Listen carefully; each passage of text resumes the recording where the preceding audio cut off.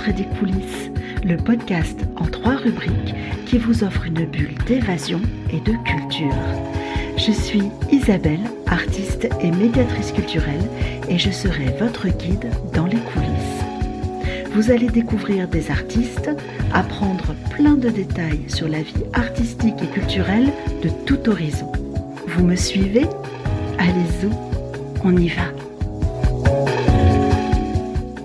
Dans tes questions, c'est super intéressant.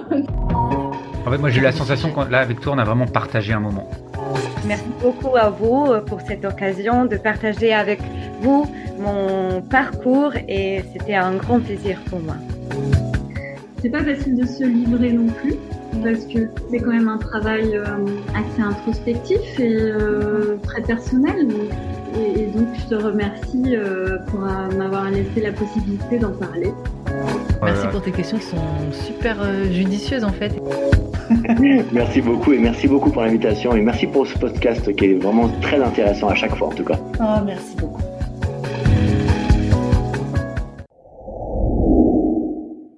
Voici le programme de l'épisode 3 de la saison 4. Amis artistes, tendez l'oreille, les autres aussi bien évidemment, mais derrière la première porte des coulisses, vous allez rencontrer Stéphane qui exerce un métier méconnu auprès des artistes et Stéphane exerce aussi un hobby plutôt étonnant. Si je vous dis pom-pom boy. Oui, je suis pom-pom boy également voilà. dans ma tonique caméléon. Derrière la deuxième porte, c'est Élise Giuliani qui vous attend. Élise, elle est humoriste et elle a beaucoup de choses à vous partager. Elle a plein d'énergie, vous allez l'entendre. J'ai toujours aimé faire des trucs, un max de choses. Je déteste m'ennuyer. Je pense que c'est ma plus grande peur. Et donc toute petite, la scène c'est venu par la danse. Donc c'est justement l'envie de mouvement. Et puis Marion Lorgnet, de Théâtre en 1001 lieux, ouvrira la dernière et troisième porte et cette fois, elle vous dit tout ou presque sur une bataille. Comment l'année 1830 a révolutionné le théâtre ?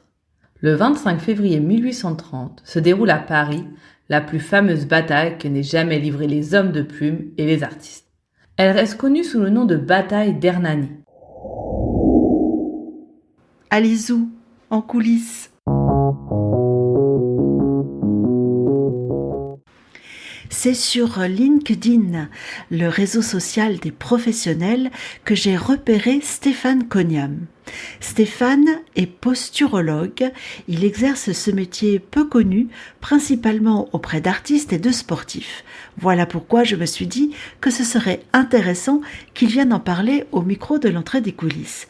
Vous allez donc découvrir son métier, grappiller quelques conseils au passage, suivre son parcours et découvrir son hobby. Très inattendu pour un homme, un hobby chargé de sens, quasi militant même. Bonne écoute. Stéphane Cognam, je suis posturologue pour artistes. Alors Stéphane, bienvenue dans l'entrée des coulisses. Merci. Posturologue pour artistes. Alors c'est un métier dont on entend peu parler. Alors, je vous propose d'abord d'expliquer d'une manière un peu générale en quoi consiste le rôle d'un posturologue pour artistes et on va approfondir après. Ok, merci pour l'invitation et bonjour à toutes et à tous. Alors, posturologue rapidement pour artistes, le but, c'est de comprendre et de chercher les raisons des douleurs qui persistent depuis très longtemps auprès des artistes et ou les baisses de performance. Est-ce qu'on peut dire, pour résumer, que le rôle du posturologue, c'est d'aider des professionnels de l'art à maintenir une posture optimale, je vais dire, pour améliorer leur pratique, pour réduire certainement aussi des blessures liées à leur pratique? C'est ça aussi ?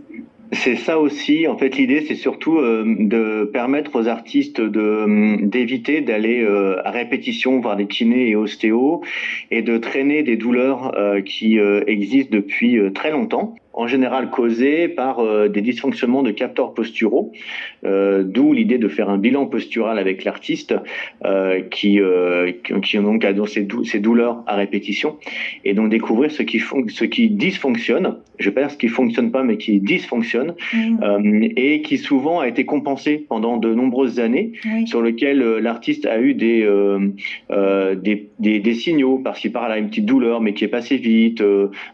Effectivement, au niveau performance, tiens, c'est bizarre, cette fois-ci, j'ai mon en dehors en danse ou mon geste à l'instrument, ou aujourd'hui ma performance a été moins bonne, ou des maux de tête, etc. Enfin, il y a toujours des petits signaux qui arrivent et on compense. Et il y a un moment, le corps, il en a marre d'envoyer des signaux qui n'ont pas été entendus, et il lâche.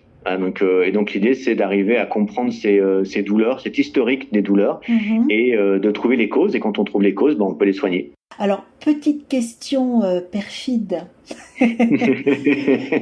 Pourquoi, moi, en tant qu'artiste, je devrais aller voir un posturologue plutôt d'abord qu'aller voir mon kiné ou mon ostéopathe, par exemple? Parce que votre super kiné, votre super ostéopathe, il va soigner vos conséquences. Donc, il va soigner, vous avez mal, et donc, du coup, il va soigner votre douleur. Mais il va pas chercher la cause de votre douleur. Et, alors, j'ai des très bons amis kinés et ostéos qui ont fait aussi, et podologues, qui ont fait aussi de la posturo. Et, les rendez-vous posturaux durent 1h30. D'accord. Une consultation, ça dure 1h30.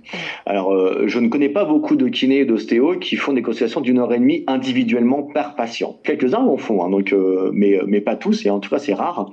Et certains ont un peu abandonné la posturo parce que justement ça prend beaucoup de temps. Pour les en connaître beaucoup, souvent ils sont un peu parasités un peu par leur expérience. C'est-à-dire qu'un ostéo qui a fait de la posturo, il y a de grandes chances pour que le problème postural vienne des articulations.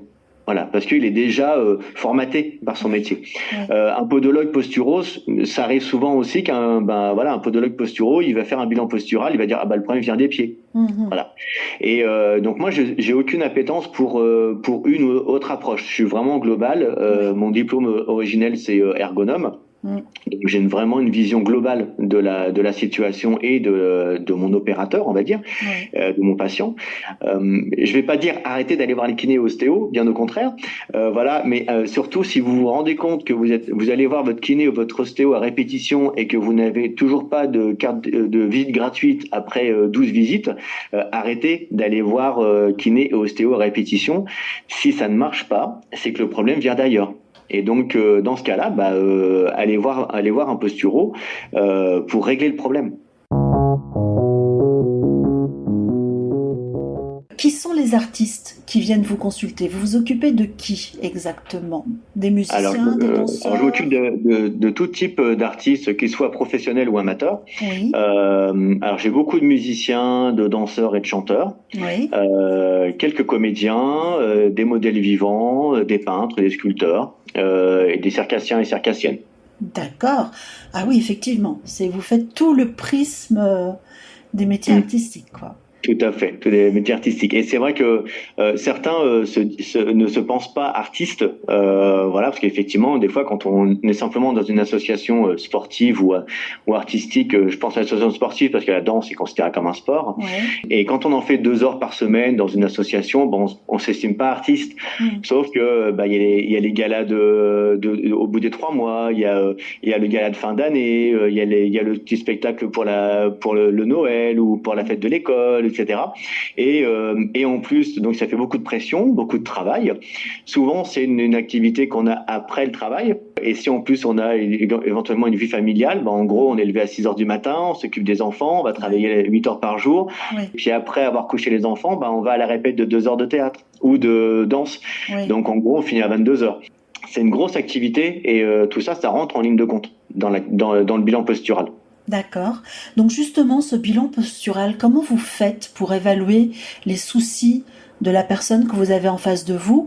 Il y a toute une batterie certainement de techniques, peut-être d'outils. On a tout un protocole en posturologie. Donc d'abord avec ce qu'on appelle une anamnèse. Donc l'anamnèse permet vraiment de poser des questions dans un vrai protocole validé par l'OMS et par différentes approches thérapeutiques, qui permet de comprendre l'historique du patient et notamment l'historique de sa douleur. Donc, comme je le disais tout à l'heure, les douleurs ont une histoire et elles ont envoyé plusieurs fois des signaux et elles sont souvent arrivées à des moments précis. L'idée, c'est surtout de découvrir cette histoire de la douleur avec le patient et la patiente, qui permet souvent d'arriver aussi à ce que le patient et la patiente arrivent aussi à comprendre un peu mieux quand sont arrivées ces douleurs, pourquoi elles sont arrivées, qu'est-ce qui dysfonctionne. Au bout de ces questionnaires qui durent en général une demi-heure, 3/4 d'heure, puisqu'on prend le temps de comprendre, c'est ça aussi le but, c'est de se poser, de comprendre et de prendre du recul sur tout ça. Après cela, le posturologue fait des tests qui sont validés par l'OMS, donc le test de Fukuda, le test de Sion. Enfin voilà, il y a pas mal de tests. Alors on fait pas tous les tests, sinon on en a pour une dizaine d'heures, on va dire. Et les réponses au questionnaire permettent d'orienter justement vers tel ou tel dysfonctionnement. Et les tests vont confirmer ou infirmer ce qui ressort de l'anamnèse et ce qui permet de comprendre quel est ou quels sont les capteurs posturaux qui dysfonctionnent avec le patient. D'accord. Les tests dont vous parlez, alors sans entrer dans les détails, sans les présenter vraiment, c'est des tests d'observation corporelle, je suppose? Ouais, donc il y a beaucoup d'observations corporelles, mais il y a beaucoup de tests qui sont en pratique avec le patient. Donc par exemple, le test de Fukuda, c'est par exemple de marcher sur place. Moi, j'appelle ça le test de la majorette zombie. En fait les patients doivent marcher sur place. Avec les genoux élevés, donc un peu comme une majorette, et avec les yeux fermés et les bras allongés à l'horizontale. Et ce qui permet de tester des dysfonctionnements de capteurs posturaux au niveau podal, au niveau des yeux, etc. Donc ça fait partie d'un test, par exemple. Donc il y a beaucoup de tests qui sont vraiment pratiques et moi, je les adapte vraiment à mes patients, notamment parce que ça permet, comme l'anamnèse, de se rendre compte par soi-même. Parce que moi, je le vois. En tant que posturo, c'est mon métier, donc je vois dès que la personne est en tenue de sport, short et brassière ou t-shirt ou dos nu. En fait, il y a beaucoup de choses qu'on voit déjà. Et donc, l'idée, c'est vraiment que ce soit plutôt le patient ou la patiente qui comprenne de lui-même ou d'elle-même ses difficultés et comprennent pourquoi ces difficultés sont là et qu'est-ce que ça occasionne dans la vie de tous les jours, pas uniquement en étant artiste, mais aussi dans la vie de tous les jours. Bah oui, c'est normal. On n'a qu'un seul corps. Donc... Il faut en prendre soin tous les jours et on n'utilise pas que quand on est artiste. Voilà, c'est ça. On l'utilise aussi dans la vie. C'est ça. Alors, dites-moi, une fois que le diagnostic, on va dire, est posé, qu'est-ce qui se passe après pour ces artistes, ces sportifs? Vous préconisez une thérapie, un traitement, qu'est-ce qui se passe? Alors en fait, il y a des choses qui peuvent se faire par soi-même parce que souvent certains artistes sont déjà dans une démarche proactive de santé. Donc ça peut être par exemple avec une diététicienne ou un diététicien, naturopathe, mais aussi kiné, ostéo, etc. Donc dans ces cas-là, l'idée c'est plutôt d'emmener le patient vers d'autres thérapeutes, parce que moi je suis pas soignant, je suis posturologue, donc je ne suis pas médecin, et ni ostéo, ni kiné, c'est pas mon métier. Chacun son métier et tout le monde le fait très bien. Et donc l'idée c'est plutôt d'orienter le patient ou la patiente vers le bon thérapeute. En l'occurrence, par exemple, souvent quand on sait par exemple que les douleurs qu'on a au niveau des lombaires, qu'on appelle communément le lumbago, sont souvent au niveau des vertèbres L4, L5 et S1, donc vraiment tout en bas. Et que 90% des nerfs qui arrivent au niveau de ces trois vertèbres proviennent de la plante des pieds. Donc souvent, on dit que voilà, quand on a mal au dos, les personnes disent ah mais t'as pas de semelles, mais va avoir des semelles, va voir un podologue qui va avoir des semelles, ça va être super. Sauf qu'en posturologie, on sait bien que c'est d'abord l'œil qui dirige le pied, et donc l'œil regarde 300 millisecondes avant, donc l'endroit où va se poser le pied. Donc, d'une manière posturale, si il y a un problème au niveau des pieds, c'est que souvent il y a un problème au niveau des yeux. Donc, ça ne va servir à rien, en l'occurrence, d'aller voir un podologue pour avoir des semelles, parce qu'effectivement, ça va arranger les choses pendant 2-3 semaines. Mais le problème va revenir, puisque le problème ne vient pas des pieds, mais il y a de grandes chances pour qu'il vienne des yeux. Oui, la vraie racine, c'est les yeux, c'est pas... Le vrai problème vient des yeux. Et encore, peut-être que le problème des yeux vient des dents ou vient des oreilles. Mais ça, c'est le travail du posturologue. Et donc, d'aller tout de suite faire des semelles, ça ne sert à rien. Mais d'abord, de regarder s'il y a un problème au niveau des yeux, ça, c'est la priorité. Et donc, si au niveau des tests posturologique, on constate qu'il y a un dysfonctionnement au niveau d'un des yeux, le but c'est plus d'aller voir un orthoptiste qui là va travailler sur la musculature des yeux et donc va régler le dysfonctionnement postural, puisque souvent, honnêtement, dans quasiment 70% des situations que je vois, c'est souvent un problème d'œil et donc du coup l'orthoptiste va régler ça. Donc on se revoit 6 semaines après le premier rendez-vous avec l'orthoptiste, le patient et moi. Et là on refait rapidement des tests pour savoir si tout est réglé ou pas. Et voilà. Mais en fait, ce qui est intéressant, c'est qu'on a trouvé la cause au départ. Donc même s'il faut aller faire 10 séances d'orthoptie et avoir des semelles pendant quelques mois et avoir quelques séances de kiné, au moins on sait qu'après ce sera fini. Voilà, c'est ça l'idée. Effectivement. Quelles sont les erreurs courantes que vous voyez chez les artistes en ce qui concerne leur posture ? Par exemple, le problème le plus courant chez une violoniste, par exemple. Alors c'est vrai que mon travail initial, c'est donc d'analyser, faire le bilan postural. Après, j'accompagne bien évidemment mes patients. Alors pas sur un accompagnement thérapeutique, ça c'est mes autres collègues praticiens qui le font. Mais par contre, après, au fur et à mesure, quand on a réglé le problème postural, moi j'accompagne mes patients sur la respiration, sur le travail, la posture, ce qu'on appelle la posture zéro, posture debout, zéro, équilibre. La posture assise également, donc ce qui est intéressant pour les musiciens et musiciennes qui sont notamment en orchestre, et puis le geste instrumental. Et donc pour répondre à votre question, effectivement souvent, par exemple si on prend des violonistes, souvent il y a la vrille de la ceinture scapulaire, donc des épaules par rapport au bassin, et le port de tête. Et l'un des premiers conseils que on va en profiter, on va donner un petit conseil aux musiciens et musiciennes qui sont là, qui vont écouter, poser, que ce soit un instrument à vent, un cuivre ou un instrument à cordes, etc., évitez d'avancer la tête vers votre instrument. Voilà, c'est ça. Posez d'abord votre instrument sur votre bouche, voilà, ou sur vos épaules, voilà, et après votre tête s'installe. Mais quand on a un instrument comme à hanche, voilà, ou à embouchure, souvent ce qu'on voit c'est l'instrument arrive et la tête avance dans l'instrument. N'oublions pas qu'une tête ça pèse entre 5 et à peu près 5 kilos et quand même hein, donc si plus vous la mettez vers l'avant, plus elle est lourde. Donc voilà, une tête à peu près à 10 degrés commence déjà à peser entre 7 et 12 kilos. Donc plus vous la penchez, plus elle est lourde. C'est pareil pour le violon. Plus vous la mettez plus vous allez pencher votre tête sur le côté, plus elle va peser lourd, plus elle va tirer sur votre cou, plus elle va tirer sur vos vertèbres cervicales, et plus vous allez avoir un déséquilibre au niveau des épaules. Donc l'idée c'est vraiment de garder cet équilibre.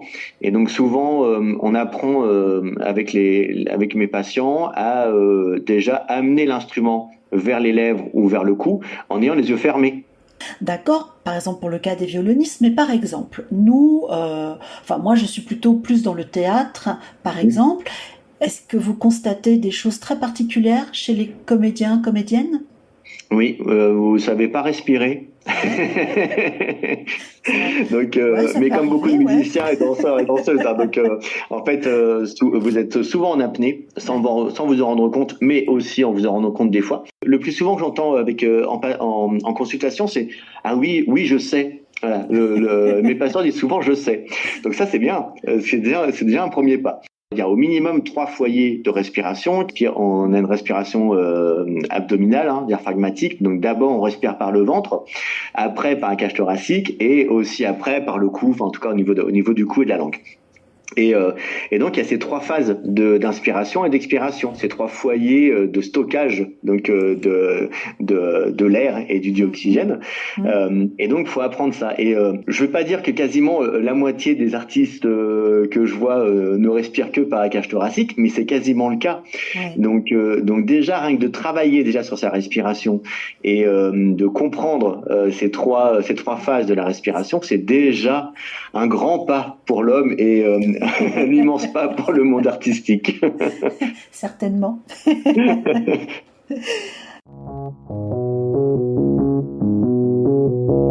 Stéphane, vous êtes un véritable caméléon des métiers.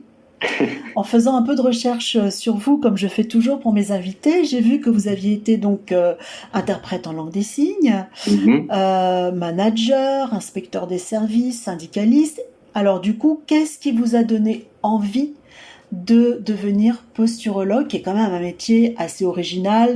Quel a été votre parcours, votre chemin jusqu'à ce métier actuel? Oh là, il faudrait 3 heures de podcast. Ah zut, on les a pas, mais vous avez résumé, c'est sûr. Je vais résumer. En fait, il y a un moment, j'ai travaillé pour accompagner les artistes dans le cadre de l'île 2004, capitale européenne de la culture. Et en travaillant dans ce domaine-là, j'ai découvert l'envers du décor du milieu artistique que je connaissais pas du tout. Et c'est vrai qu'on va tellement voir des artistes et il y a plein de paillettes, plein de lumière, et on applaudit et c'est fabuleux, et que dans le monde et derrière le backstage c'est quand même beaucoup plus difficile. Et quand on le connaît pas, moi j'avoue que je me suis pris une vraie claque. Et donc je me suis dit là il faut quand même faire quelque chose. Et au fur et à mesure de chercher quoi faire j'avais mon diplôme d'ergonome à la base, et ce qu'interprète en langue des signes m'a pas beaucoup aidé, hein, donc même si je rencontre des artistes sourds, donc ça m'aide dans ces cas-là. Mais à chercher un peu ce que je voulais faire et comment aider les artistes, je me suis renseigné, j'ai passé un diplôme de médecine des arts sur Paris, donc qui est un diplôme privé, hein, par une école privée, mais qui permet quand même de comprendre beaucoup plus les problématiques médicales et thérapeutiques des artistes, notamment plutôt musique, parce que c'est un diplôme vraiment orienté musique, mais qui était très intéressant. Et après, au fur et à mesure, de me dire mais qu'est-ce qu'il faut faire, qu'est-ce que je peux faire pour les aider, et au fur et à mesure de rencontrer les artistes, je faisais déjà un peu d'ergonomie entre guillemets, donc pour adapter l'environnement de travail des artistes dans les classes. J'ai accompagné pas mal de quelques structures, des écoles de musique sur l'organisation du travail, etc. Et de fil en aiguille, les artistes que je côtoyais m'ont dit ouais mais là j'ai vraiment mal, j'arrive pas à trouver de solution, etc. Et donc au fur et à mesure j'ai cherché un peu qu'est-ce qui permettait vraiment de répondre à leurs besoins. Et donc j'ai trouvé posturologue, et donc je suis allé à l'école de posturologie médicale globale des Hauts-de-France pour passer mon diplôme de posturologie médicale. Et là, vu que je suis un vrai caméléon, en posturologue, je me suis rendu compte qu'il y a énormément de problématiques de douleurs qui viennent de l'émotionnel, donc de la thématique émotionnelle. Alors soit parce que des traumas viennent, il y a eu des traumas qui ont été oubliés ou en tout cas compensés par le corps, soit il y a la situation en tant que telle qui est tellement stressante que ça occasionne des dysfonctionnements posturaux. Et donc là, je continue ma mutation de caméléon, et donc j'ai entamé une formation de coach mental, de préparateur mental, coach neuropsychologique pour artistes, pour pouvoir vraiment justement accompagner les artistes dans ces problématiques émotionnelles. Je mettrai le lien vers votre site, comme ça, si ça intéresse les artistes qui nous écoutent, parce qu'il y en a pas mal, ils pourront toujours vous consulter. Alors, vous êtes plutôt du côté de Lille, je crois.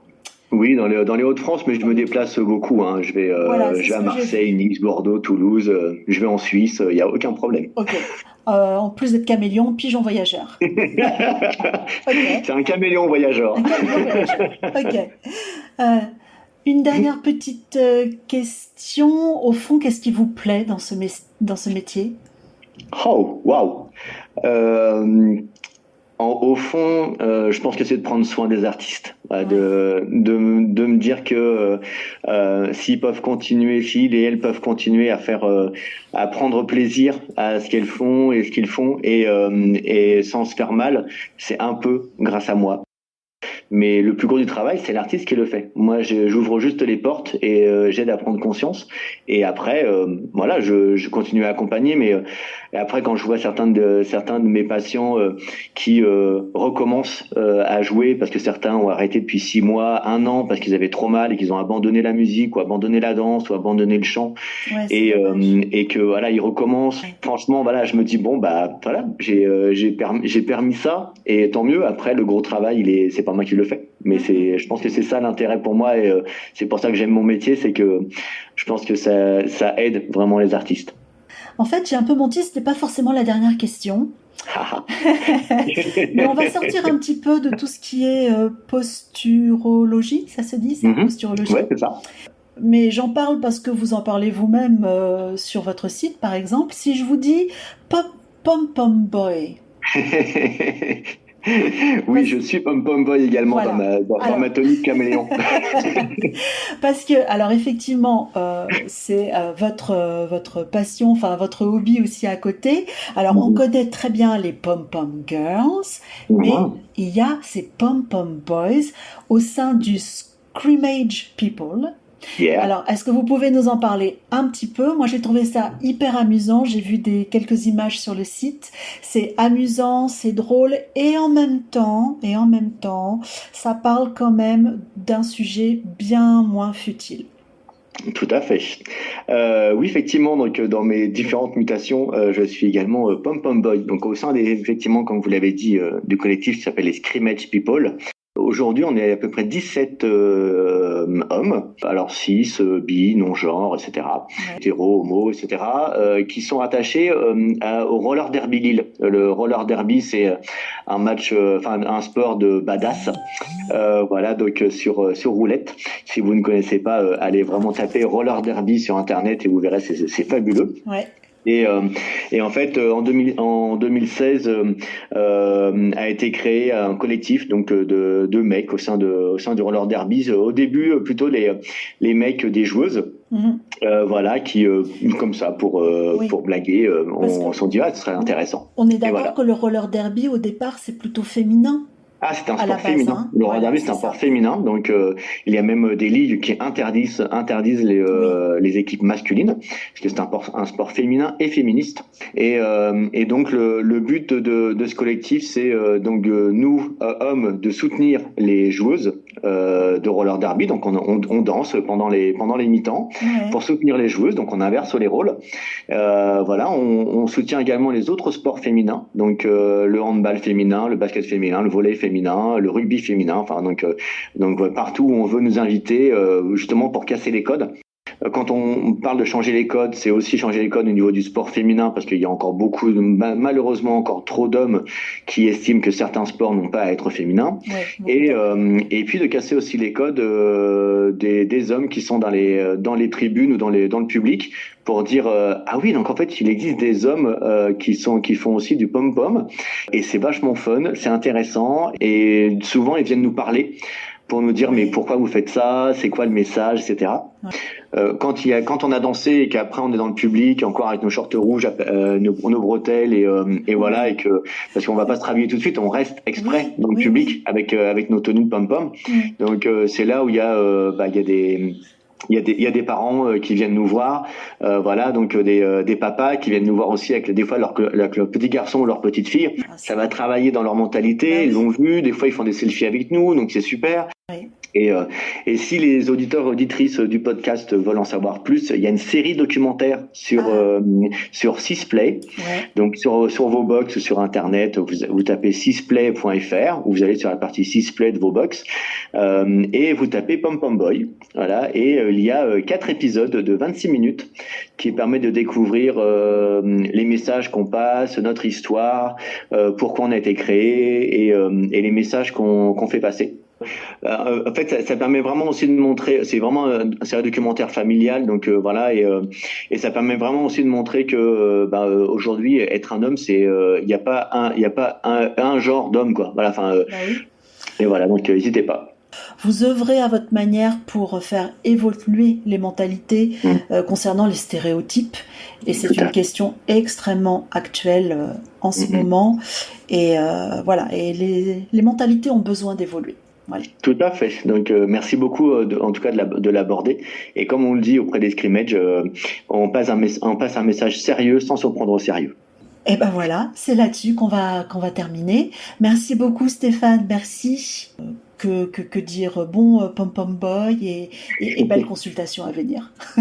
Merci beaucoup et merci beaucoup pour l'invitation et merci pour ce podcast qui est vraiment très intéressant à chaque fois en tout cas. Oh, merci beaucoup. Vous trouverez dans la description de l'épisode les liens vers le site de Stéphane et vers les vidéos des Scrimmage People. Et voici la deuxième porte des coulisses à explorer. Élise Giuliani est humoriste, italo-ch'ti, comme elle le dit dans son spectacle, et Élise, ou Speedy Élise, elle a de l'énergie à revendre. Mais dans ce studio d'enregistrement cosy, elle s'est installée calmement et nous avons papoté autour des thèmes de l'enfance, de la famille, du choix de vie et de son travail artistique, évidemment. Et cette fois-ci, sans aucun chat entre nous. Vous comprendrez si vous écoutez l'interview jusqu'au bout. Bonjour, je suis Élise Giuliani et je suis actrice. Élise, que se passe-t-il pour toi dans les coulisses ? Alors, les coulisses, c'est un vrai petit rituel. Moi, j'aime bien quand il y a des gens. Il y en a qui ont vraiment besoin d'arriver 1 heure avant, de se concentrer.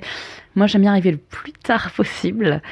Par contre, il faut que j'ai le temps de faire mes exercices de prononciation. Ça, c'est hyper important. Et mes exercices de respiration. Souvent, je mets de la musique. Dans le portrait chinois, on parlait de Wake Me Up. Souvent, je mets Wake Me Up Before You Go Go et je mets une playlist qui me réveille. Je me fais des mouvements pour me réveiller les muscles. Et il y a mon manager qui est là, on va dire 99% du temps. Donc il vient, on a un petit rituel j'ai une poupée de Blanche-Neige dans ma valise de costume. Et le truc, c'est de faire un bisou à Blanche-Neige, qui est consentante pour le coup, qui est réveillée, avant que je monte sur scène. Et moi, je suis plutôt je suis concentrée, mais c'est plutôt un lieu de vie. C'est pas un lieu de stress pour moi. C'est plutôt un lieu où j'ai hâte d'y être, quoi. J'aime bien être dans les coulisses. Mais j'ai hâte d'être sur scène, surtout.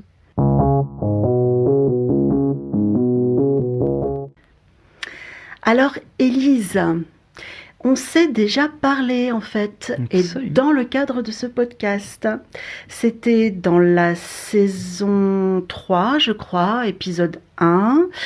J'avais fait un zoom sur les coulisses du Festival d'Avignon.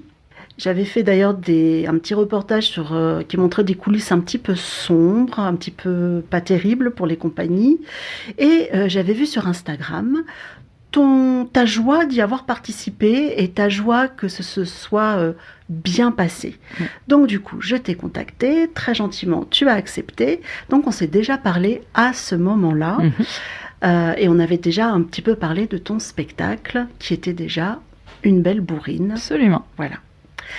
Alors Élise, maintenant c'est ton tour d'être au micro de l'entrée des coulisses. Et avant que nous papotions plus précisément de ton parcours, de ton spectacle, qui est actuellement à l'affiche au moment où nous enregistrons, et de papoter de différentes autres petites choses que je t'ai concoctées, j'aimerais faire un petit tour d'horizon sur tous tes savoir-faire, compétences que j'ai listées. Ça va être un bazar pas possible, parce qu'il n'y a aucune cohérence. Alors... attends. Alors Élise, tu es danseuse, modèle, voix off, humoriste, comédienne. Pour la petite histoire, tu as joué dans des clips, dont celui de Amir. Tu as fait une apparition dans des séries TV, dont Emily in Paris. Je le cite parce que ça a eu un sacré succès. Tu as joué dans des courts-métrages, dont certains en tant que réalisatrice. Dans des films. Le dernier en date, c'est 2020, si je ne me trompe pas. C'est Goliath de Frédéric Tellier. Tu as joué aussi dans des publicités.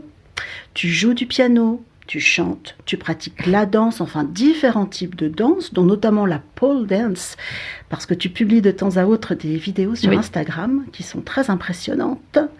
Et pour compléter le tout, c'est déjà bien riche, hein, tu pratiques plein de sports. Ouais. Bon, le patin, niveau basique, mais ça compte. C'est ce que tu marques, hein, niveau basique, ça compte. Alors Élise, après toute cette liste, quelle petite fille étais-tu? Est-ce que tu avais déjà cette appétence pour le mouvement, pour le jeu, dans le sens te mettre en jeu? Ouais, énormément. Toutes les activités là, bon, peut-être pas la pole dance, mais la danse en tout cas, ça vient d'il y a longtemps. J'ai démarré quand j'avais 5 ans, la danse, et j'ai toujours fait plein de trucs artistiques. Le piano, ça date à peu près de la même époque. Et vu que j'étais une petite fille assez hyperactive, un peu comme aujourd'hui. Étonnant. C'est peu dire. Du coup, je faisais plein d'activités à côté de l'école. Donc, j'avais vraiment besoin de faire des spectacles, du piano, du solfège, du théâtre.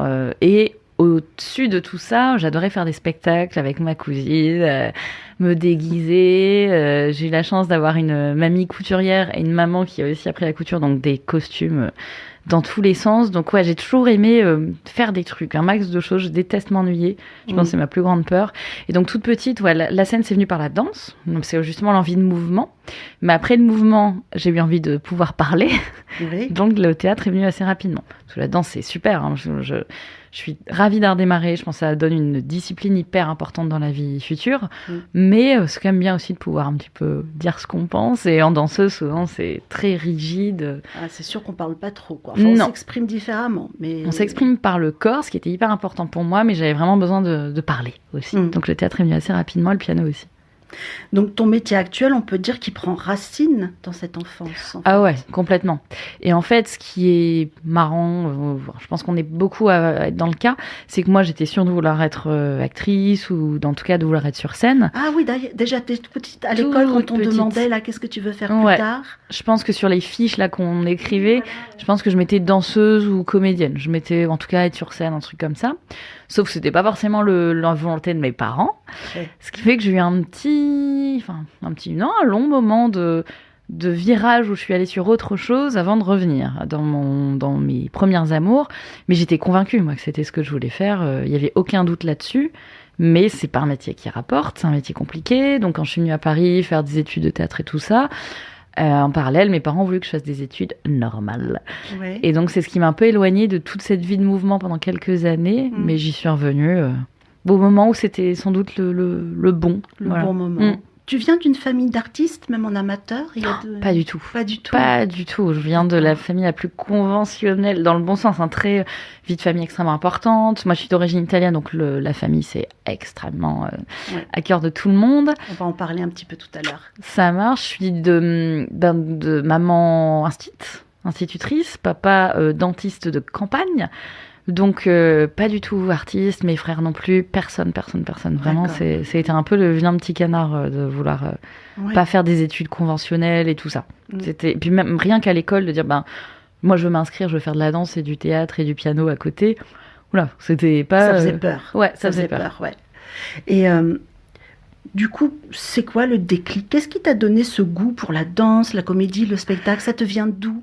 Mes parents filmaient beaucoup quand j'étais petite. Et j'ai des films de moi maternelle où déjà je faisais des trucs de danse et j'adorais quand il y avait le spectacle de l'école, par exemple. C'était oui, c'était vraiment ton moment. Ah ouais, c'était le Broadway de la classe de maternelle. Sauf que pour la danse, je savais que je voulais faire un truc artistique, mais la danse, c'est très précis. En fait, donc j'ai 2 grands frères qui regardaient beaucoup les dessins animés à la télé. Il y avait un dessin animé de foot. Moi, ça me saoulait de regarder les trucs de foot, mais il y avait un dessin animé qui s'appelait L'École des champions, et où la copine du personnage principal était danseuse. Et donc, je me suis dit, en fait, il y a un truc un peu pour les filles quand même dans ce dessin animé.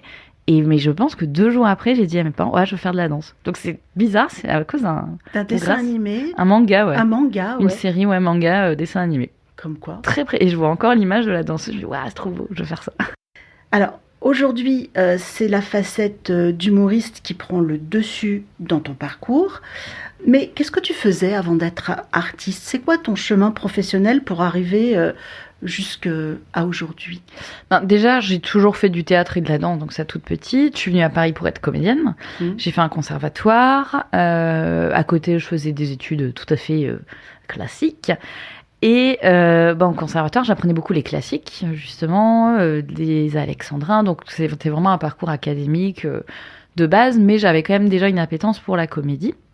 Sauf que quand j'ai fini mes études normales à côté, qui étaient marketing et com, où il y a quand même un truc aussi de représentation, c'est pas par hasard que j'ai choisi ça, j'ai eu un premier métier qui m'est tombé dans les mains. Dans une grosse agence de pub, je me suis dit, c'est quand même bien, je l'ai même pas cherché ce métier, il me tombe dessus, allez, je le prends pendant 1 an. Et en fait, j'ai bossé pendant 8 ans dans des boîtes qui n'avaient rien à voir avec mon envie première. Oui, voilà. Oui. Donc j'ai fait agence de pub, j'ai fait aussi beaucoup de marques de luxe, j'ai fait du L'Oréal, du LVMH, plein de choses, Grande Épicerie de Paris, plein de choses comme ça. Et en fait, on se dit la crise de la trentaine c'est un mythe, mais en fait pas du tout. Moi, voyant la trentaine arriver, j'étais en stress total, je me suis dit je passe à côté de ma vie, c'est pas du tout pour ça que je suis venue à Paris. Et ce qui a fait le déclic, c'est qu'il y a une époque je bossais pour Giorgio Armani et je gérais les tournages. Et en fait je voyais que tout ce qui me plaisait quand je bossais pour cette marque, c'était quand j'étais sur les plateaux de tournage. Dès que je devais rentrer au bureau, j'étais en déprime absolue. Je me suis dit il y a peut-être un truc quand même qui se révèle.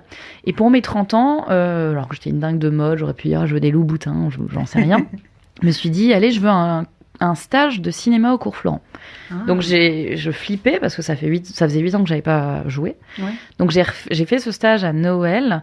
C'était un déclic absolu. Et là, la rentrée de janvier, quand il fallait retourner au travail, c'était horrible. Et ça a mis quelques mois le temps que je puisse vraiment faire mon inscription. Et là, j'ai décidé d'arrêter mon taf et d'être à 100% côté acting. Donc ça a été pas évident comme décision à prendre. Je dirais plus de la dire autour de moi. Moi, c'était clair qu'il y avait une urgence d'arrêter mon taf et de reprendre ce que j'aimais. Mais c'était plus pour l'annoncer aux parents, alors que clairement, je dépendais plus d'eux.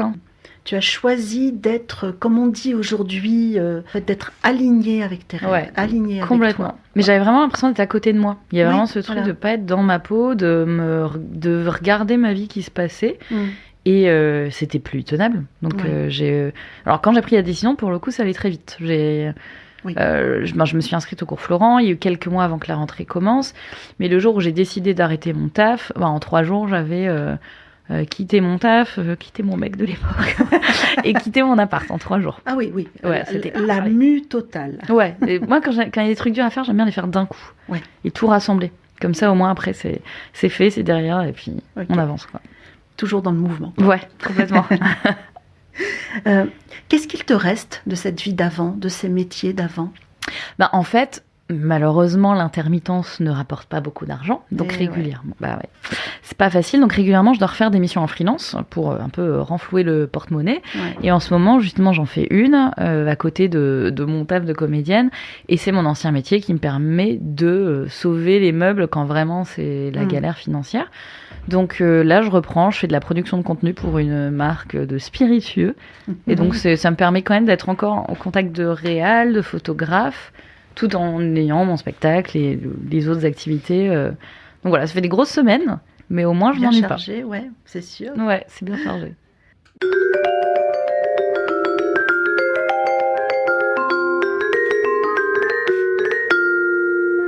Donc Aujourd'hui, c'est la facette d'humoriste qui a pris le dessus dans ton parcours. Tu avais donc envie de faire rire les gens, quoi.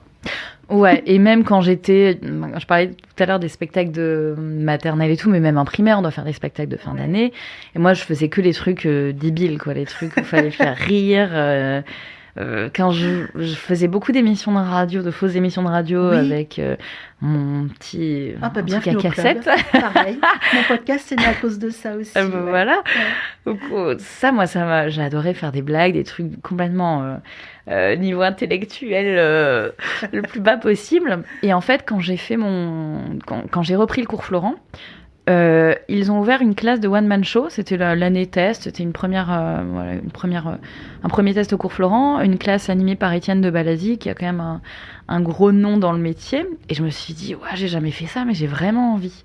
Donc, je suis allée m'inscrire au truc où, premier cours, on était, je pense, 60, quoi. C'était l'enfer. Ouais. On savait qu'il allait y avoir une compétition pour qui allait rester. Oui.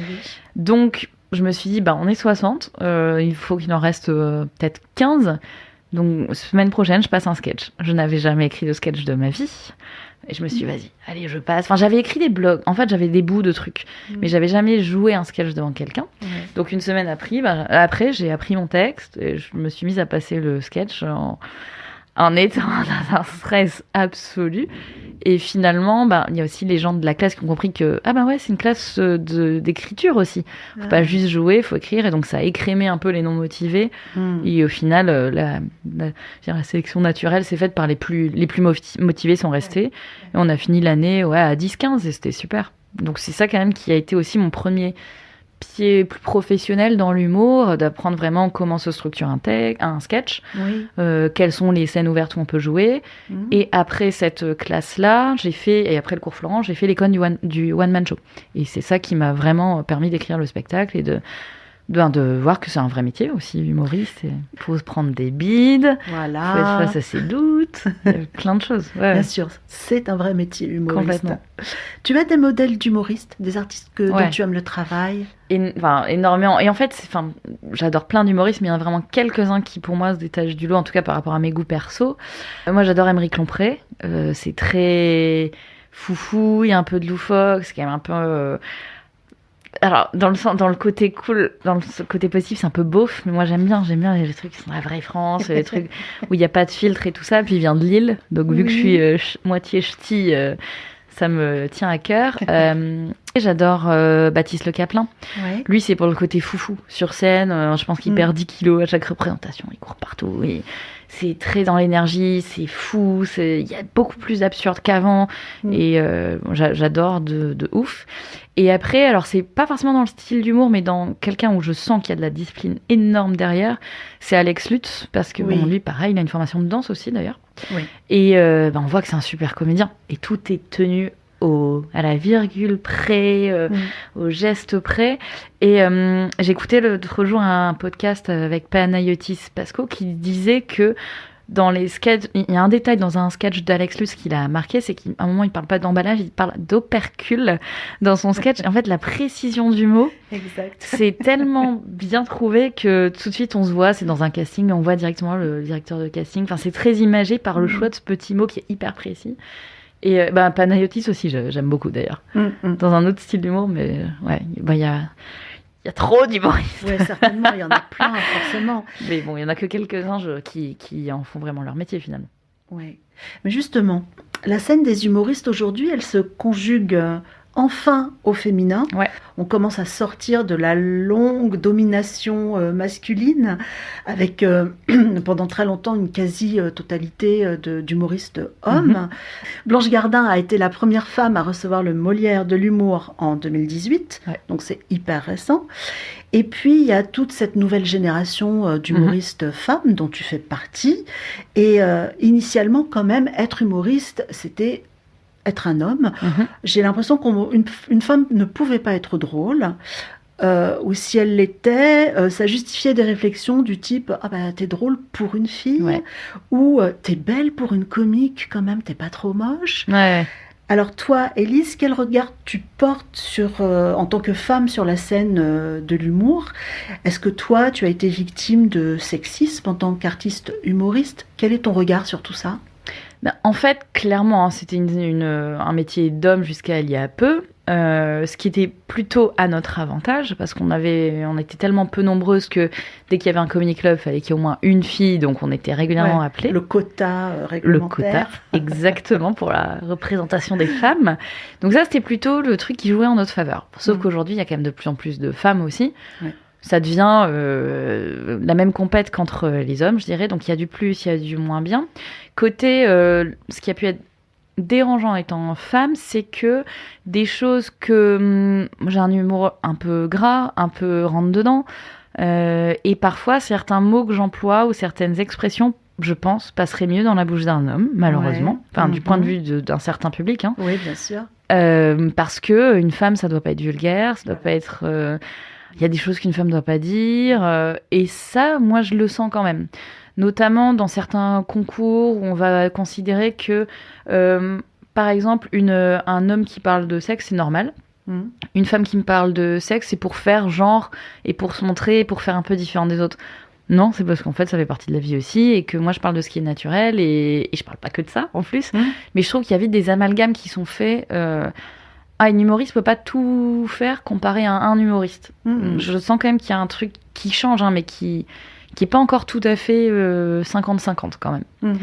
Après, ce qui est, je pense pour l'instant plutôt cool de mon côté, par rapport à la compète qu'il y a entre les femmes, c'est qu'il y a beaucoup de femmes qui font du stand-up pur. Et justement, beaucoup de comedy club, du stand-up vraiment, je prends le micro et je parle comme si j'étais dans mon salon. Moi, je fais pas vraiment ça.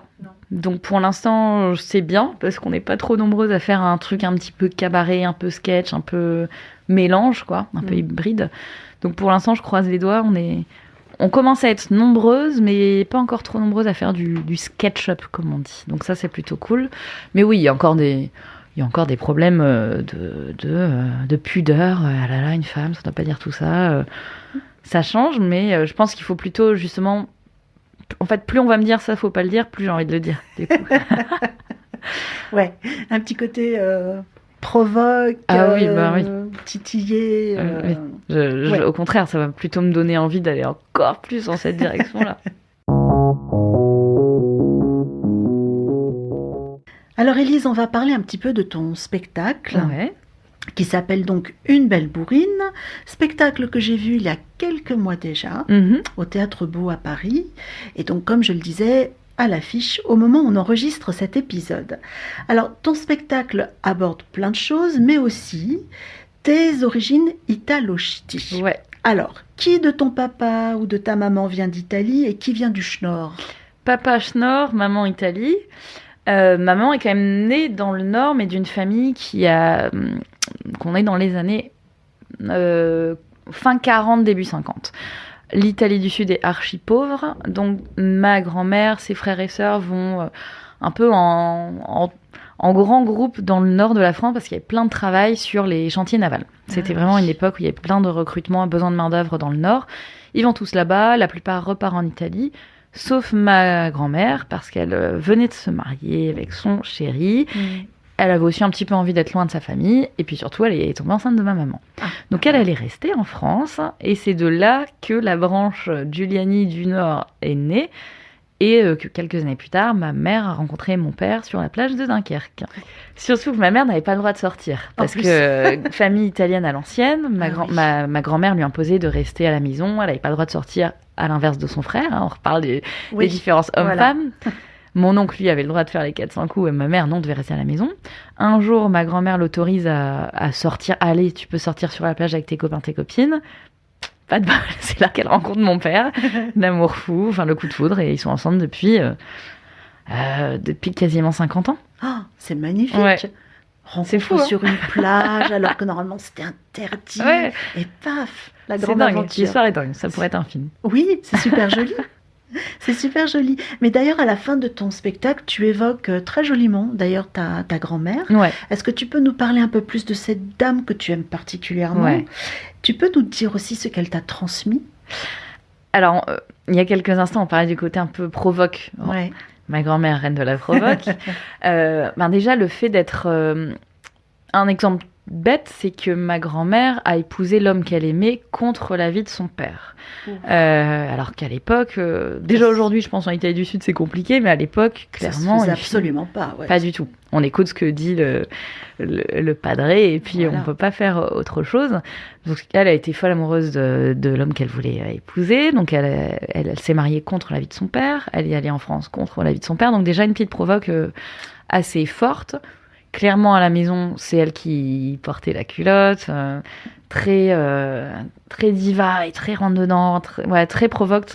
C'est une grande dame qui m'a beaucoup inspirée, ma grand-mère. Et puis, elle m'a apporté ce truc d'avoir envie d'être toujours en compagnie.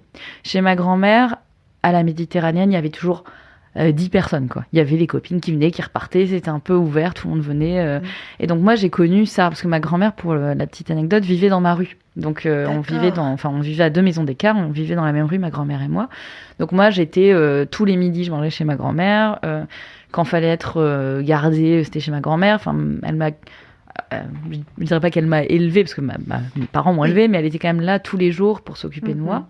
Donc elle m'a aussi transmis cet amour des gens, d'être toujours dans faire des fêtes et tout ça, donc ça beaucoup. Et puis la débrouille quand même, elle m'a apporté ce truc de t'as envie de faire un truc, tu le fais, même si on n'est pas d'accord avec toi, tu vas jusqu'au bout. À l'époque, elle me changeait de pays sans parler la langue, ça devait pas être simple du tout. C'était très dur. Ouais. Et puis, elle a quand même un truc... Il y a un truc artistique qu'elle m'a apporté. Ma grand-mère était couturière. Donc, elle a appris... elle s'est débrouillée pour apprendre de manière académique la couture et tout ça. Et ça a été son métier quasiment jusqu'à la fin. En fait, c'était ce qui lui permettait de... Elle n'avait pas forcément besoin... À certaines années, elle avait besoin de travailler pour gagner suffisamment d'argent, mais vers la fin, c'était plus une passion. Et elle a fait ça le plus longtemps possible parce que créer des trucs, c'était quelque chose qu'elle aimait beaucoup. Et c'est quand même pas pour rien non plus que j'ai bossé en mode pendant quelques années. Eh ben voilà, comme quoi. Il n'y a pas de hasard, tout est lié. Ouais. Jolie histoire en tout cas. Et toi, comment tu ressens ces racines, ces deux cultures en toi? Est-ce que ça t'a laissé des traces, j'allais dire des tatouages émotionnels, artistiques depuis ton enfance? Tu viens de parler de ta grand-mère. Donc là, on a bien compris ce qui était resté, mais plus largement, de ton côté... ch'ti, de ton côté italo? Je sens vraiment les deux influences. En fait, le Nord, il y a quand même un truc aussi c'est une région où il n'y a pas beaucoup d'argent, où on est très tourné vers les autres, où on est un peu franc du collier aussi. Le carnaval, Dunkerque. Carrément, un lâcher prise complètement. Total, quoi. On est nature. Donc il y a un peu le côté un peu plus bourrin, d'où une belle bourrine, du Nord qui s'est confronté au côté un peu plus je fais ma diva à l'italienne. Donc ma grand-mère, c'était mettre des musiques à l'italienne, faire des vêtements. Et à côté de ça, ils grandissaient à Dunkerque. Enfin, ma mère a grandi à Dunkerque dans un truc très brut, quoi. Donc il y a vraiment l'alternance des deux. Et même aujourd'hui, ça crée des situations marrantes où il y a les deux héritages qui se rencontrent. Là, ça fait très longtemps que je suis pas allée chez mes parents. Je vais chez mes parents ce week-end à Dunkerque. On sait très bien qu'on va avoir dans le week-end droit à du pot de chevlèche ou des croquettes de crevettes, parce que c'est une spécialité du Nord, et des raviolis faits par ma mère. Enfin, c'est tout bête, mais la nourriture, c'est quand même très représentatif d'une culture. Hyper important. Complètement. Et donc, à Noël, on peut avoir le repas traditionnel français, on va dire le 24, et le 25, on va faire un truc à l'italienne, par exemple. C'est très... Il y a vraiment les deux, et je dirais le lien entre les deux, c'est quand même la famille, parce que dans le Nord, au-delà des clichés, il y a quand même ce truc de... c'est quand même des gens très généreux, où on n'a pas d'argent, mais on aide les autres, on va toujours aider les familles, les cousins et tout ça, et ça, c'est très italien aussi. C'est vrai. Donc cet amour de la famille, je l'ai ressenti des deux côtés, et clairement, mon père, il a une famille qui est moins présente, mais il a trouvé une famille d'adoption par la famille de ma mère. Donc on est très, très soudés, et je dirais que un héritage aussi que j'ai eu de la culture italienne, c'est que... ma mère voulait pas que je fasse ce que je voulais. Donc ça a été un peu le conflit en fait, moi j'ai le droit de sortir comme mes frères, j'ai le droit de faire des trucs comme mes frères. Donc cette culture à l'ancienne de faut faire attention, une fille ça doit se marier. Non, en fait, pas forcément. Donc ça, c'était un peu le conflit, mais gentil, avec ma mère. Normal. On est toutes passées par là, je pense. En tout cas, c'est très joli parce que dans ce que j'ai vu, et là en discutant avec toi, effectivement, je sens à quel point, quand on a deux cultures à faire cohabiter, c'est pas toujours évident. Il y en a qui les font pas cohabiter, ou alors il y en a une qui prend plus le pas sur l'autre. Et chez toi, je trouve que c'est complètement en harmonie. Ouais, et puis je trouve ça hyper important de prendre les deux. Il y a des défauts dans les deux côtés, mais autant prendre ce qu'il y a de positif et autant rire des défauts des deux côtés aussi. Bien sûr. Alors, Élise, on va parler un petit peu de ton spectacle. Les critiques sont super positives. Alors, sur Biéréduc, je suis allée voir, il y en a plus de 300. Et j'ai relevé plusieurs adjectifs qui reviennent souvent. Alors, j'ai relevé déjanté, trash, sexy, dynamique, drôle, Mhm. heureusement. Ça, c'est cool. Alors, dans la vie, moi j'ai envie de te poser la question, Élise, est-ce que tu es déjantée, trash, sexy, dynamique, drôle, ou est-ce que cette Élise sur scène, c'est un personnage qui te permet comme ça d'exulter, d'exprimer une facette de toi peut-être un peu plus cachée? Non, je pense que sur scène, je suis quasi comme je suis dans la vie. Franchement, c'est. Après, évidemment, c'est exacerbé parce Bien qu'il y a sûr. du show. Je vais pousser les trucs dans leur retranchement. Je vais aller au bout de la vanne. Mais dans la vie, oui, je suis assez pareil. Ce qui peut être parfois créer des situations bizarres. Par exemple, moi, j'ai bossé beaucoup en luxe. Oui. Clairement, je détonnais un peu parce que j'avais envie de faire des blagues sur les tournages. Je m'entendais bien avec les équipes de tournage qui, elles, étaient donc des prestats. Donc pas trop dans le moule Armani, L'Oréal, tout ça. Donc moi, j'avais plutôt tendance à sympathiser avec eux et à rigoler. Donc non, je suis assez proche de ça dans la vie. Et je pense que sur scène, je dirais que c'est même moi à 100% sur scène. Alors que dans la vie, selon certaines situations, je vais me mettre un petit filtre. Oui. Quand je sens que pour certaines personnes, il faut faire un petit peu attention. Voilà, c'est un petit peu too much, donc Voilà. on va pas froisser. Exactement, mais non, je pense que c'est complètement moi, en fait. Et c'est pour ça que j'adore être sur scène, parce que Carrément. ça fait du bien aussi de pouvoir être à 100% soi-même.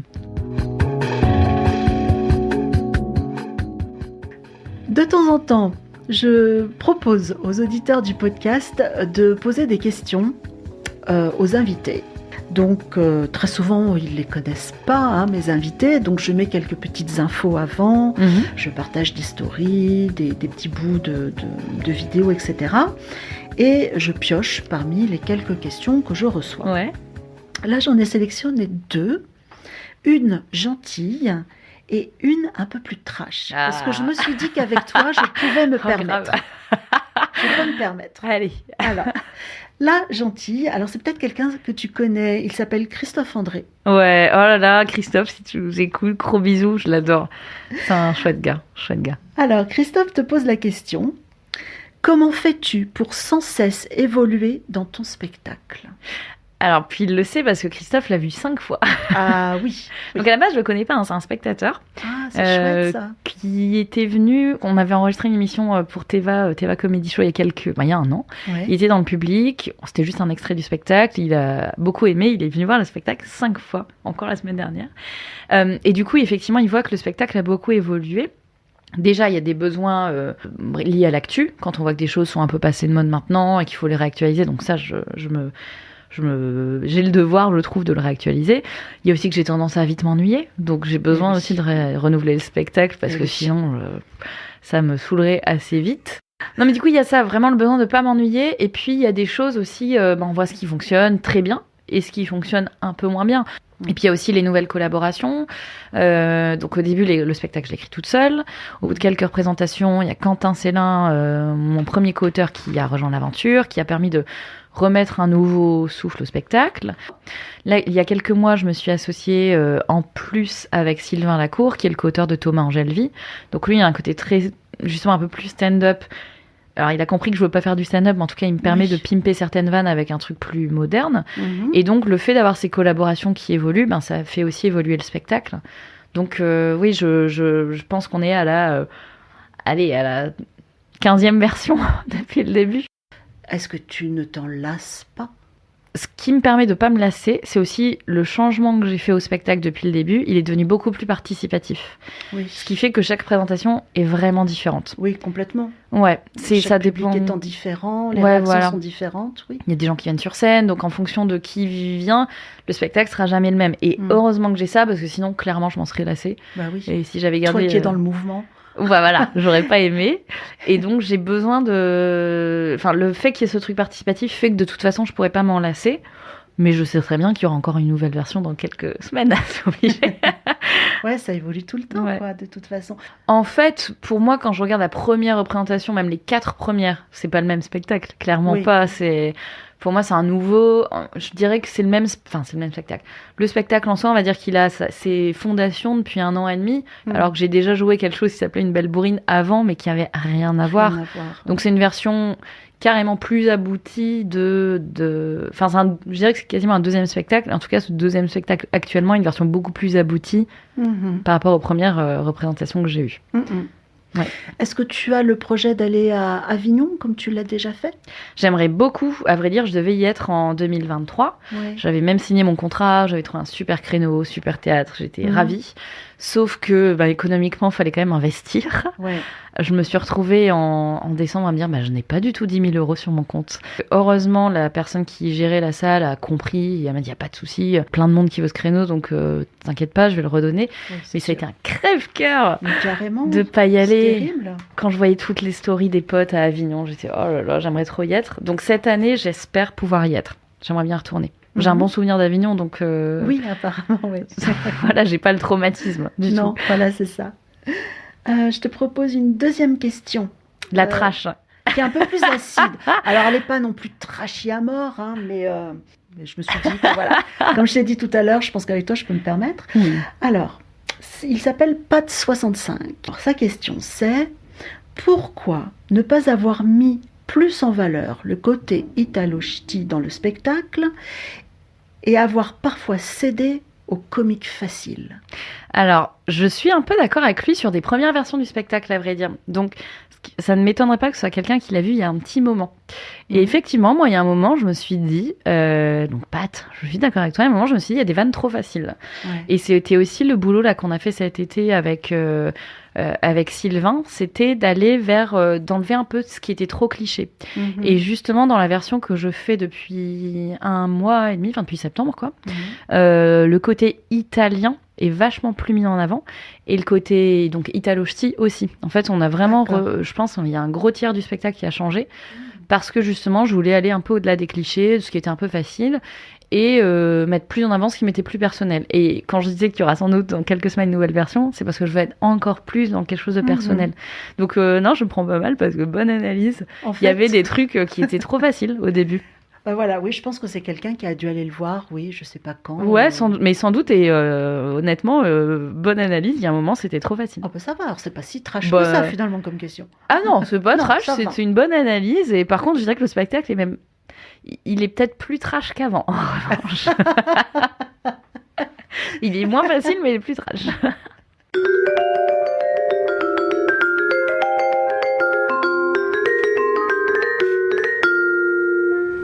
À la sortie du spectacle, qu'on peut aller voir plusieurs fois, puisque c'est un work in progress. Oui.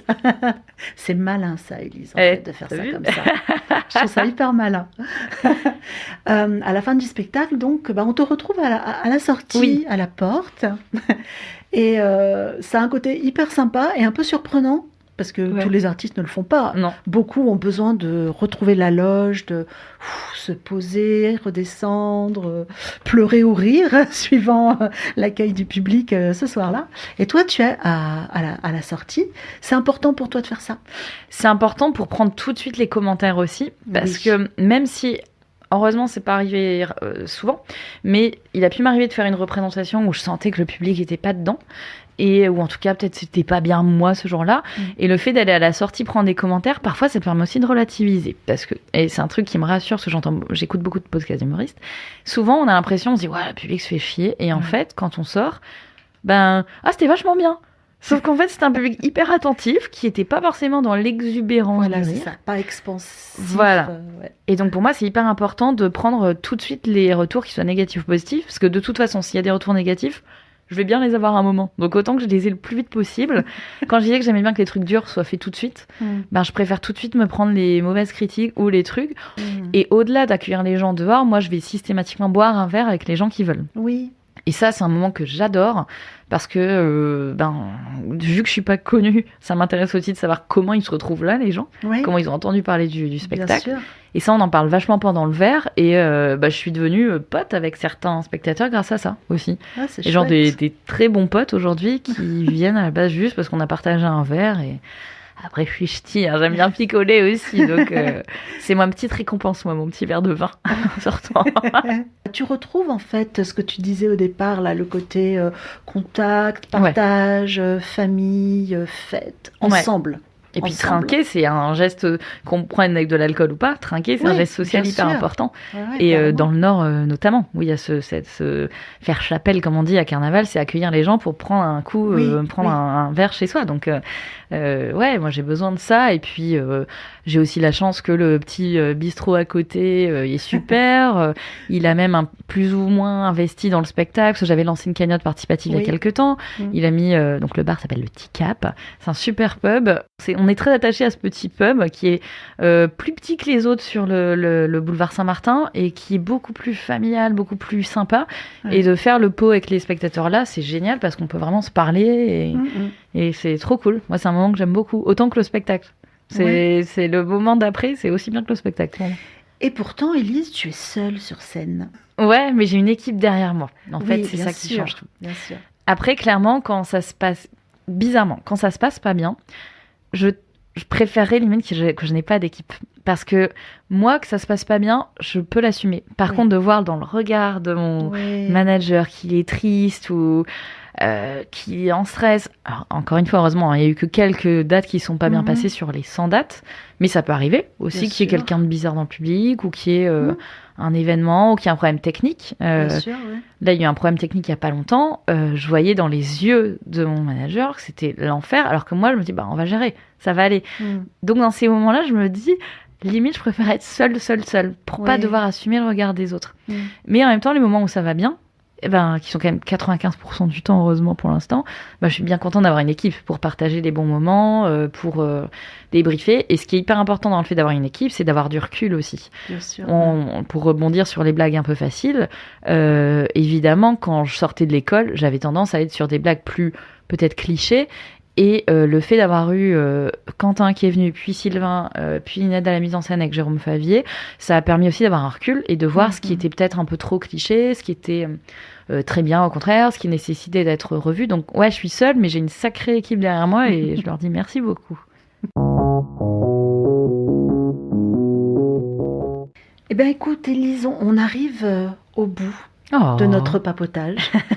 qui était très agréable. Effectivement, c'est la 3e fois en fait que je fais cette interview en face à face dans le petit studio cosy de Tsipora. Et c'est toujours, pour moi, super intéressant de rencontrer en vrai la personne que je vais interviewer. C'est hyper sympa. On est très proches, on est beaucoup les yeux dans les yeux. Ouais. Moi, ça me dérange pas. Moi non plus. J'aime bien. Ouais, pareil. Et du coup, parfois on oublie, enfin moi personnellement, j'oublie presque parfois que je suis en train d'enregistrer un podcast. Ouais, complètement. Donc c'est cool. Puis le lieu est trop bien, on est bien Ouais. installé. Carrément. Puis la dernière fois, on l'a fait en vidéo, on avait nos chats respectifs qui Oui. passaient devant l'écran. Donc... Oui, je me souviens. Oui. Hyper pratique. Oui. En tout cas, voilà. Donc c'est une adresse de studio que je ne livrerai pas. Faut pas. Voilà. un trop beau secret à garder. En tout cas, merci beaucoup, Élise. Donc Merci, du coup, Isabelle. ça veut dire qu'il faut que je retourne voir le spectacle dans sa Oh, nouvelle écoute. version. Je vais pas t'en empêcher. Cling, gros clin d'œil. En tout cas, merci. Et puis, évidemment, tous les liens pour aller voir Élise sont dans la description de l'épisode. Ciao, ciao. Merci beaucoup, Isabelle. Ciao.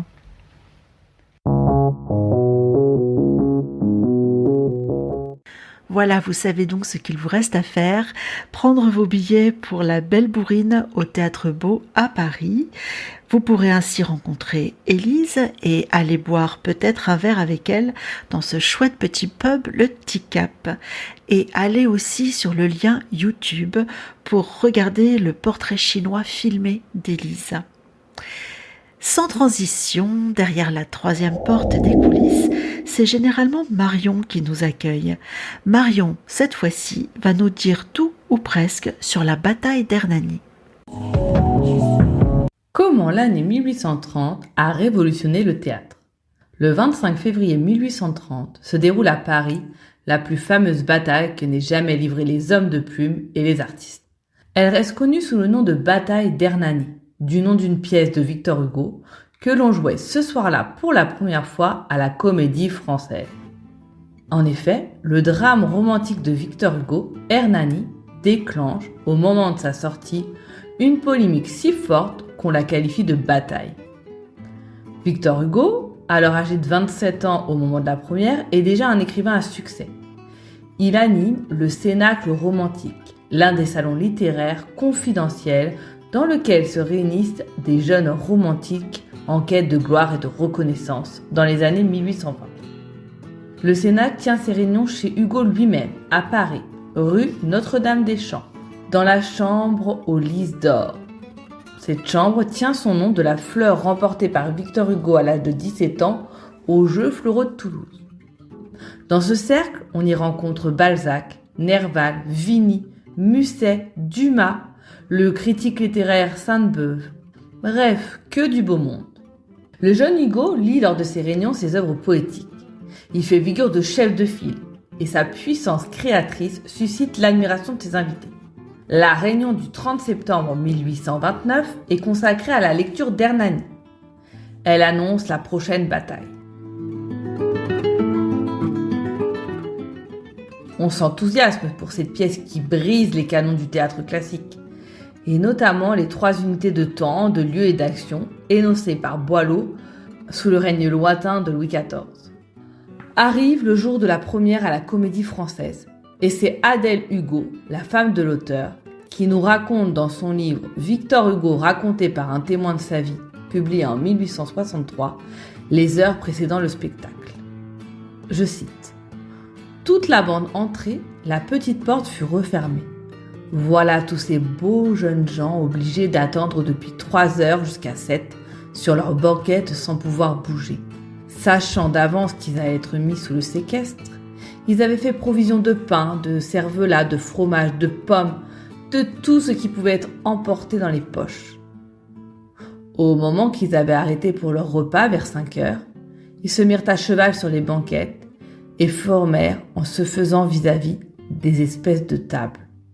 Ils prolongèrent le plus longtemps possible cet attablement pour tuer le temps. Ils étaient encore à leur couvert quand le public commença à entrer dans la salle.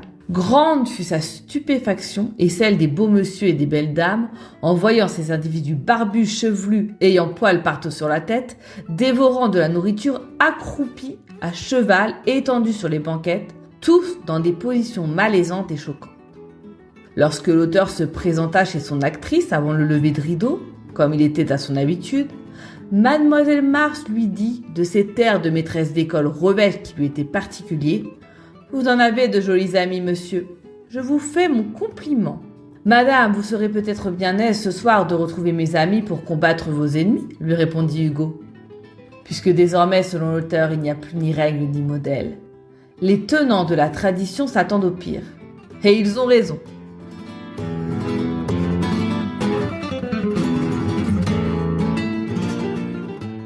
La pièce raconte l'histoire d'amour malheureuse d'un proscrit, Hernani, pour une jeune infante, Donna Sol.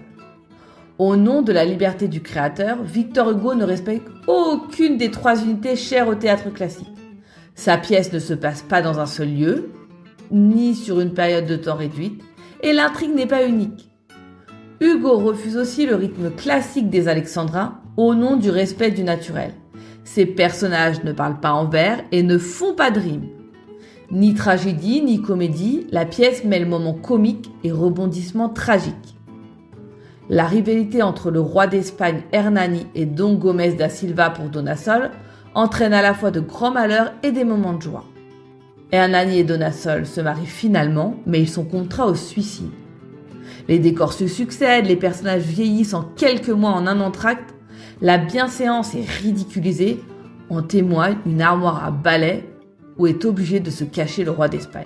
Remonté à bloc, échauffé par de longues discussions préliminaires, les jeunes Français chevelus romantiques du parterre, parmi lesquels se signalent Gérard de Nerval et Théophile Gautier, revêtus pour l'occasion d'un gilet rouge flamboyant, insultent copieusement les perruques et les anciens des tribunes, qui restent eux fidèles aux règles classiques. Très vite on en vient aux mains. On se bat et l'on joue du poing au milieu des fauteuils d'orchestre. Situation politique paradoxale, les opposants au drame, admirateurs du théâtre classique, sont des libéraux, voire des républicains, alors que les bruyants jeunes hommes barbus et chevelus groupés autour de Gautier sont pour la plupart royalistes et conservateurs. Hugo, chef de file des Jeunes France, assiste à la bagarre en gardant ses distances. Toujours beau, élégant et strict. Les lendemains sont plus tristes. Victor Hugo s'apprête à publier un nouveau roman à succès, Notre-Dame de Paris. Et tout à son travail, il ne voit pas que les visites de Sainte-Beuve à son domicile ne sont plus guère motivées par des batailles poétiques. Sainte-Beuve est devenue l'amant d'Adèle Hugo. Et il rompt avec son ami. L'amertume d'Hugo transparaît dans l'intitulé de ses recueils de poésie suivants. Les feuilles d'automne, les chants du crépuscule. La liaison engendre une haine tenace entre les deux anciens amis. Sainte-Beuve, dans ses articles, traite Hugo de Polyphème et de Cyclope. Ce dernier réplique en le traitant de Sainte-Bave.